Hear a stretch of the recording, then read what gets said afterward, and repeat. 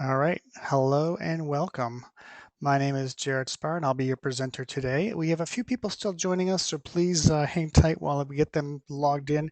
And during that time, I also want to do some house cleaning. So, just so you're aware, we are recording this session, and everybody who is on is going to be muted, so that way we can get a clean recording. If you do have questions, please put them in the chat box, and we will answer them at the end. That way, we can make sure we address everything at the same time, get a clean recording, and make sure we're respectful of your time and get you done in a half an hour.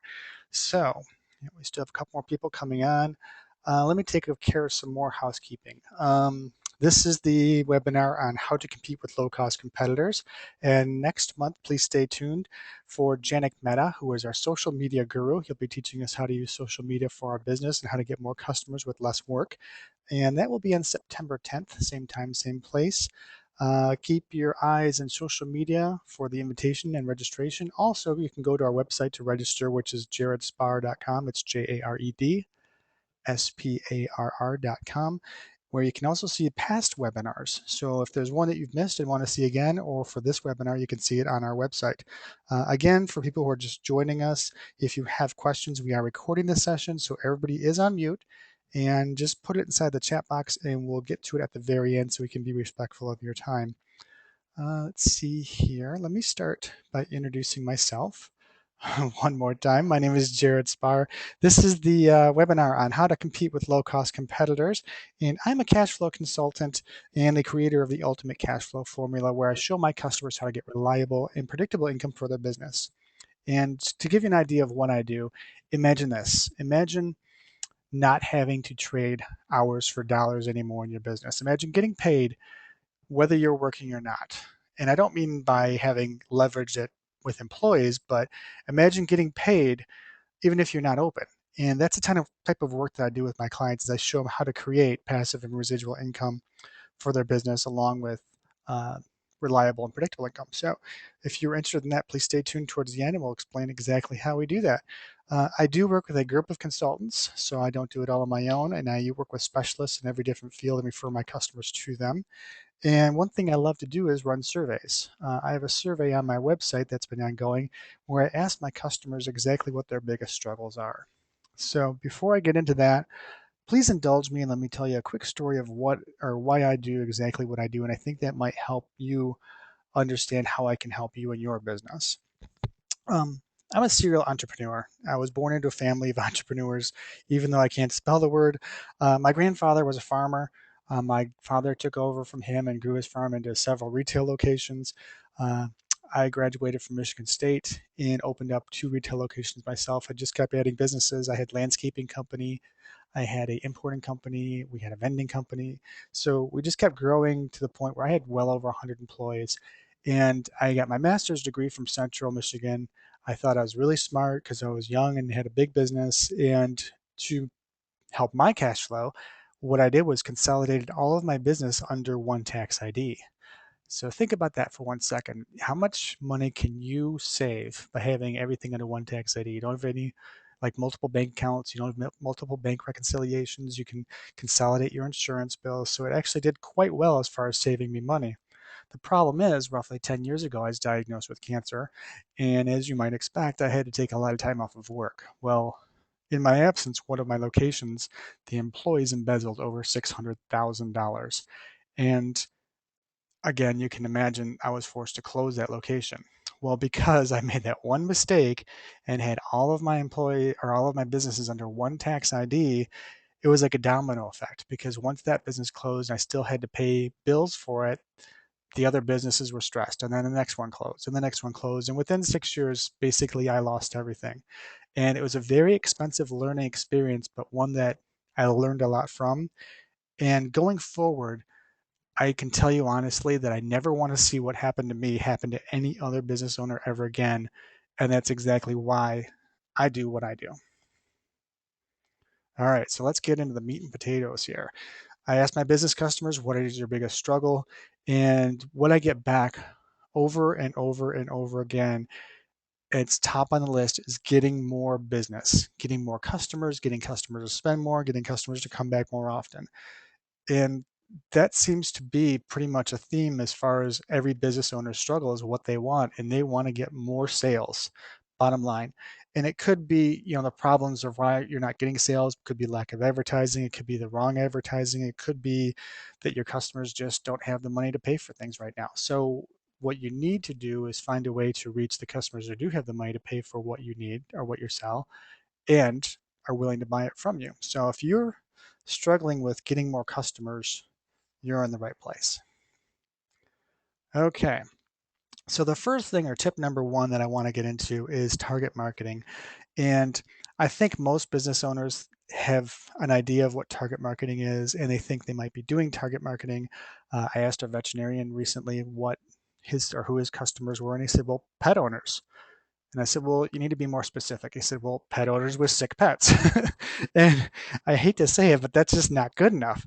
I'm going to give you a story about a personal trainer that I worked with recently. And it's actually not one of my target markets specifically, but we were doing some trade work. And him and I sat down and I went through the same process that I go through with all of my other customers. And I said, who are your favorite customers to work with? Who are your most profitable customers? Because I didn't ask biggest, because biggest might not necessarily be your most profitable. So who's your most profitable customer? And which of your customers have the disposable income to work with you? So write that down and think about it real quick. Who is your most profitable customer? Who's your favorite customer to work with? And which of your customers has the disposable income to work with you? And you're going to find pretty quickly that out of those customers, there's probably something pretty common between them. It might be an age, it might be where they work or what they do for a living. It might be demographics as far or geographics as far as where they live. There's a lot of consistencies that you might be able to find, and that is the key to who your target market is. So now you're working with people you enjoy working with, and you're working with people that can or have the money to spend it with you and do spend it with you. So that's so important. For the personal trainer, we went through several different layers of this, from people who wanted to lose weight, people who had the money, people who um, were on crash diets and yo-yo diets. And we went back and forth. And finally we came up with his perfect or prime target market was moms, recent moms just had babies who want to get their pre-baby body back, and they were the stay-at-home moms. So they had the husband that went to work. So they had not necessarily all day free, but they weren't struggling for cash where they had to work as well. So that was his target market. So you can think of people who want to lose weight versus that very specific new, brand new moms who just had a baby who want to lose weight, who are stay-at-home moms. So now he's very specific. And that makes a huge difference at not only finding your customer, but giving your customer what they need. So with that, he went into some social media groups where these people hang out, where the moms hang out, and he just hung back and followed and read posts. He put a few posts up to ask them what their biggest struggles were, to find out what their key hot buttons were, so he can go to work. Let's see here. I think we're actually getting into our next slide. And what he was doing with his research was creating a unique selling position. And what I mean by that is you can't just be a catch-all type of a business and sell everything to everyone. And we've already defined who your target market is, or hopefully you've got a good idea and you've got some homework to do where you can find out who your specific target market is. Now we have to have a product not only that they need, but they want. Two totally different things. They might need to lose weight, but they might not want to. So you have to find out in their words and exactly how to present it to them what they need. So using our personal trainer, he identified the new moms. His unique selling position was to get their pre-baby body back, but the way that they wanted it packaged was they didn't want to come and have to see him at a rigid time, and they didn't want to have to go 5 days a week. They would rather have a little more flexibility in their schedules where, as the new mom and things were unpredictable, they could come and meet with him once a week. They could review their goals, review their progress, and he could give them some new training techniques. So then they would go work on their own for a week, come back with him, meet, review, and create some new goals.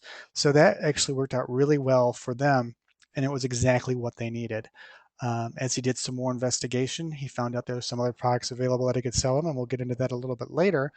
Um, and what I want you to do right now is kind of think of who is your target market, which you wrote down, and then what you do specifically to serve that group of people. You might be really strong at something you do in your business, some type of service that they come to you for. And kind of jot that down real quick because that'll come in handy later. All right, so the third step in the process, we know who your perfect customer is. Um, we have a unique selling position or a unique product to sell to them. The third and most important, I think, is where do they hang out? And this one is kind of cool because most often you can find groups on Facebook or groups possibly on LinkedIn where your customers hang out. Like if you're a B2B salesperson, for example, and you deal with mostly veterinarians, there are tons of groups of veterinarians online where you don't have to be a friend with every vet. What you can do is post in this group and immediately reach 19,000 veterinarians. That's how I get most of the customers on my webinars, just so you know. So I know that that works. And the best part about it and why I like it is because it's free. Excuse me. You can very quickly get onto LinkedIn and make post in different groups and invite and engage your audience, your target audience for no cost. So it's a great way to reach your customers for very little investment. There's just your time.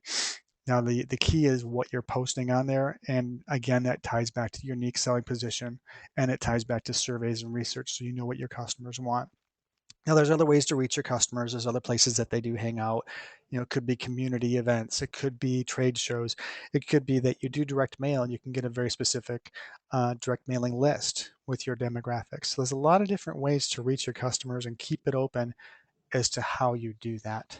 Um, as far as the content goes of the posts, this is what I find kind of interesting. And make sure I'm not getting ahead of myself again. I actually kind of am, so we'll hold tight on that till our next slide here coming up. And that is tip number 4. How do you take those customers and turn them in, or how do you take those prospects and turn them into customers? So we know who your perfect customer is. We have a product that they want, and we know where they hang out. So we have kind of the full menu together, and we just are missing one step. And that step is how do you get them from where they're hanging out to coming in your front door. And just some statistics I want you to be aware of. The first one is that 97% of all purchases are preceded by a search on the internet. So think of your last purchase. Like say, for example, if you were looking for a new washer and dryer, chances are very likely you went on the internet and did some research on washers and dryers before you ever set foot in a store. You might not have chosen the one you wanted, but chances are you did some research. You find out how much they cost. You find out who has the best selection. You find out, with the different variations in the product, so you can compare and you don't have to waste a lot of time walking and driving around. So that's a true statistic, and that's very important because that ties into your website. And you want your customers to be able to find you when they're searching online. So not only in your social media, you're putting them back to your website, but also in the search engines. And there's several ways to do this. One of them I love to do is videos because videos are very engaging because videos make you a real person that they can identify with and because videos um, are very searchable. If you're not aware, Google actually owns YouTube now. And because of that, any description you put inside that YouTube description for your video is searchable through Google and it will get top rankings very quickly. And inside of your videos, you point all your customers back to your website. So as long as you're posting something that's relevant to what they're looking for, they'll find you and it points right back to your website. So it's a great way to very inexpensively get customers to go to your website. Also, if you're afraid of videos, don't be. The more unprofessional they are, the better they are usually. Like if you just take one with your iPhone while you're in front of your studio or in front of your store or whatever the case might be, it's great because, again, it makes you a real person. And if you crack or mess up your words, again, it makes you a real person versus a practice actor. So that's a great way to actually build trust with your audience. All right, here talking about emails, talking about newsletters. So newsletters the next best thing. So once you have your customers on your website, you need to definitely capture their information. And that's not just for your website. Anytime you come in contact with a prospect or a customer, capture their information so you can market to them.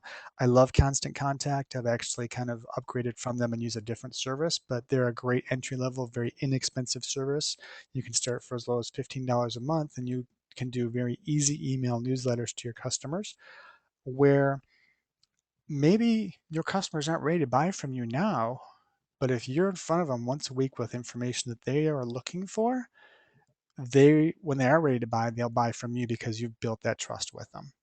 One thing I do want to tell you is that less than 4% of all customers actually make a purchase the first time they see you or meet you. So that means 96% of the people that you have as prospects aren't going to buy from you the first time, and you need to be in contact with them some way. A newsletter, you can write something really quick and easy and send it off. I usually take about 15 minutes a week to do mine, and I reach around 800 customers.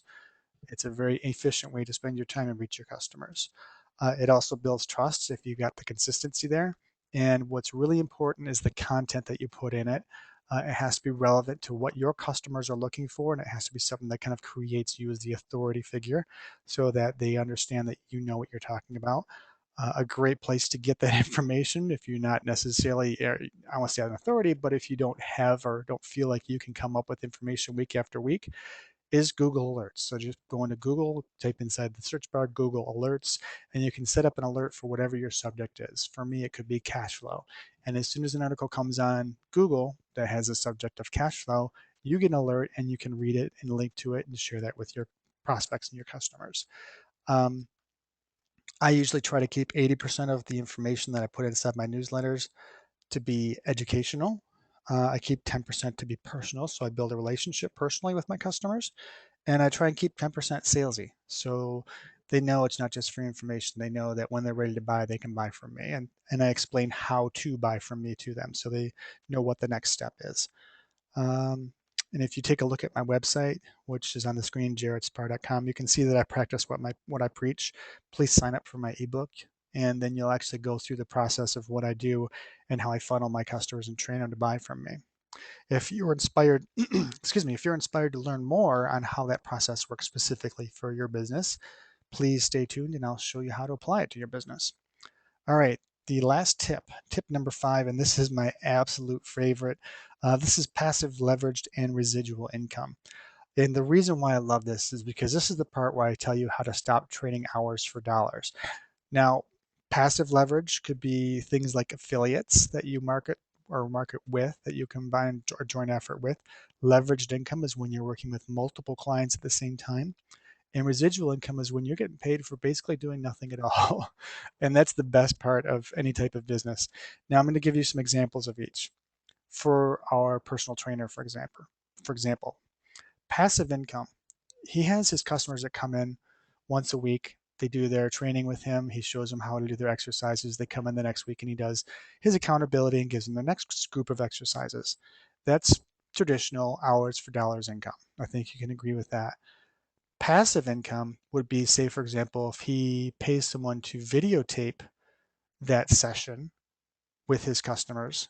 Obviously, you might want to trade off with one of the customers and say, hey, we're going to videotape this. We're going to give it to you for free. Are you okay with that? And she'd say, yeah. And that way, you're probably going to take longer and is probably going to be a little bit more into it than just doing the training with her. So, it's a great way to do it is with a real customer because then that person who's watching it can get a feel for it. But if you videotape that entire session and then you put that online and sell it as a recorded video, which is super easy to do. You can record it, put it into YouTube as a private video, sell it, and when you sell it, you just sell the link. So here's the link for this week. Here's the link for this week. And you can set that up so customers can go on and find that video on your website and purchase it. So now he records it one time and he's getting paid every single time he sells it, which could be a couple hundred times a week because maybe his cost to work with him is $125 a week, but that video session is only $9. $9 times $100, that's or times 100 customers is $900 a week. He's making way more money off of that recorded video than he's making off of the actual time. So that's passive income. Leveraged income. This would be that same personal trainer, but instead of working with one client at a time, he's working with 10 or 15 because maybe they're on a budget and they can't afford it. So instead of charging 125 an hour, he charges 25. 25 times 10 customers, he's making 250. He just doubled his income for that hour and didn't have to put any more work or effort into it. So that's another way of getting leveraged income. And residual income would be when you're getting paid over and over. For that personal trainer, maybe he has a membership program where they sign up and they get those videos month after month after month. Maybe he works with an affiliate for nutritional supplements. So his customers go on to his branded website. They purchase the residual supplements. It might be like a multivitamin they get once a month automatically. And now he gets paid commission off of that sale automatically once a month. And he doesn't have to do anything except for that first introduction. So those are three different ways for you to make money using the personal trainer, for example. And the list just goes on and on and on how you can do this. Again, if you are inspired to learn more, please contact me for discovery session, and that's on my website. It's at jaredsparr.com, and I will show you exactly how to apply that for your business. So, questions. We're running actually pretty good on time, so let's check out and see what questions we have here.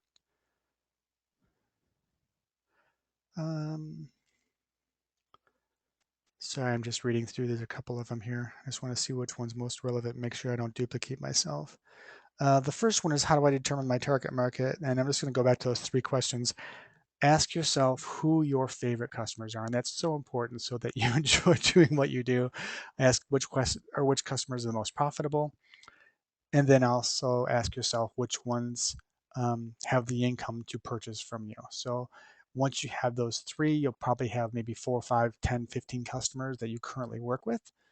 Find out what the common thread is between those customers. Maybe there's a common thread between only 6 out of the 15, but those will be your 6 that you want to work with. How do I set up affiliate marketing?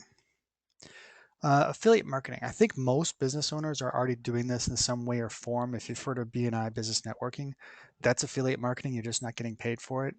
Think of like when you go to your veterinarian's office, they've got flyers for everything to like dog babysitters to groomers to invisible fence. That's a form of affiliate marketing. How do you apply that to your business? Who sells to your customers but doesn't compete with you is the first question you need to ask yourself. And likely there's probably already 6 people that just popped in your head. Write those people down, find a way that you can promote their business systematically, so it's not something that's haphazard. It's actually you're systematically, automatically promoting their business to get them customers. Set up a meeting with them, tell them that you have a way to systematically promote their business, and in exchange you want to get a commission off those sales.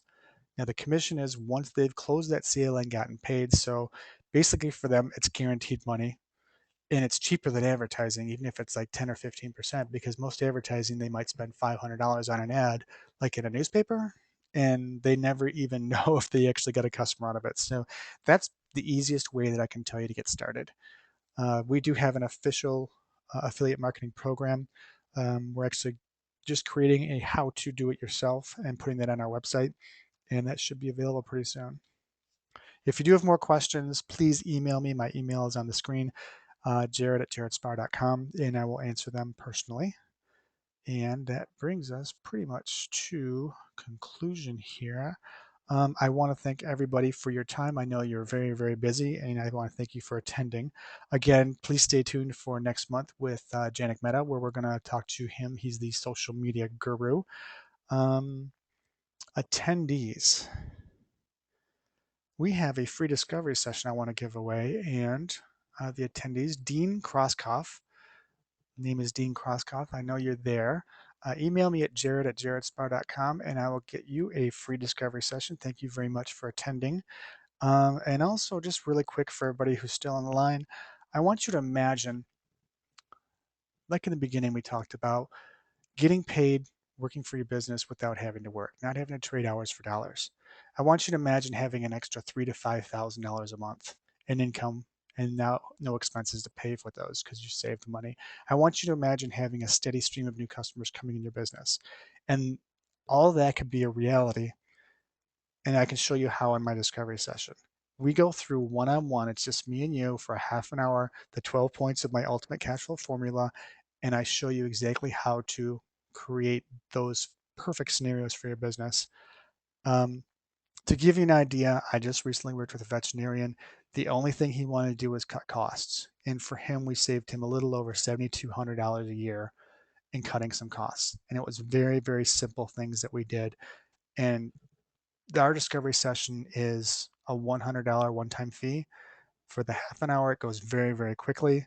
All I do is introduce you to people. I don't even do the work for you. I say, hey, would you like to do this? Hey, would you like to do this? And we go through some scenarios. And for him, $7,200 savings for a $100 investment is fantastic. But just to kind of sweeten the pot a little bit, I do give a 500% return on investment guarantee, which means basically if I can't save you at least $500, that discovery session is free. So there's no cost. And say, for example, right now, you're not ready to do a discovery session. That's not something that you're up to doing because maybe you're just not ready. You're one of those 4%, for example. If you're not ready, please still go to my website. It's jaredsparr.com and download my free ebook, which will give you a ton of ideas on how you can do it yourself. So that's pretty much it. I thank you for your time. And remember, keep each day profitable. Thanks.